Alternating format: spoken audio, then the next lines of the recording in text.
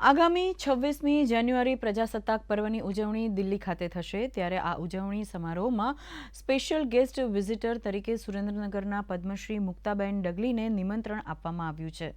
પદ્મશ્રી મુક્તાબેન ડગલી દિવ્યાંગ ભાઈ બહેનો માટે સેવાકીય કાર્ય કરી રહ્યા છે। સાથે જ પ્રજ્ઞાચક્ષુ મહિલા સેવા કુંજ સંસ્થા દ્વારા દિવ્યાંગ ભાઈ બહેનો આર્થિક રીતે આગળ આવે તે માટે વિવિધ કાર્યો કરવામાં આવી રહ્યા છે। પ્રધાનમંત્રી નરેન્દ્ર મોદીએ મન કી બાત કાર્યક્રમમાં પણ આ સંસ્થા વિશે ઉલ્લેખ કર્યો હતો।